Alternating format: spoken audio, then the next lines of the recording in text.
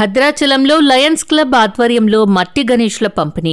గణేష్ నవరాత్రి పండుగను పురస్కరించుకుని పర్యావరణ పరిరక్షణలో భాగంగా లయన్స్ క్లబ్ ఆఫ్ భద్రాచలం ఆధ్వర్యంలో మట్టి వినాయక విగ్రహాల పంపిణీ కార్యక్రమం నిర్వహించారు. భద్రాచలం పట్టణంలోని జీఆర్ మఠం మరియు పాత మార్కెట్ సెంటర్ వద్ద స్థానిక భక్తులకు మట్టి గణేష్లను అందజేసి ప్లాస్టర్ ఆఫ్ ప్యారిస్ విగ్రహాల వాడకాన్ని నివారించాలని ప్రజలకు అవగాహన కల్పించారు. ఈ సందర్భంగా లయన్స్ క్లబ్ అధ్యక్షురాలు కమలా రాజశేఖర్ మాట్లాడుతూ పర్యావరణానికి హాని కలిగించని మట్టి గణేష్లను ఉపయోగించాలని ప్రతి ఒక్కరూ సంకల్పం చేయాలని పిలుపునిచ్చారు. భవిష్యత్తులో కూడా ఇలాంటి సామాజిక సేవా కార్యక్రమాలు లయన్స్ క్లబ్ ఆధ్వర్యంలో కొనసాగుతాయని తెలిపారు. ఈ కార్యక్రమంలో కార్యదర్శి సిద్ధారెడ్డి, సభ్యులు కురిచేటి శ్రీనివాస్, నరసింహాచారి, జిందా, రామలింగేశ్వరరావు, భీమవరపు వెంకట్రెడ్డి తదితరులు పాల్గొన్నారు.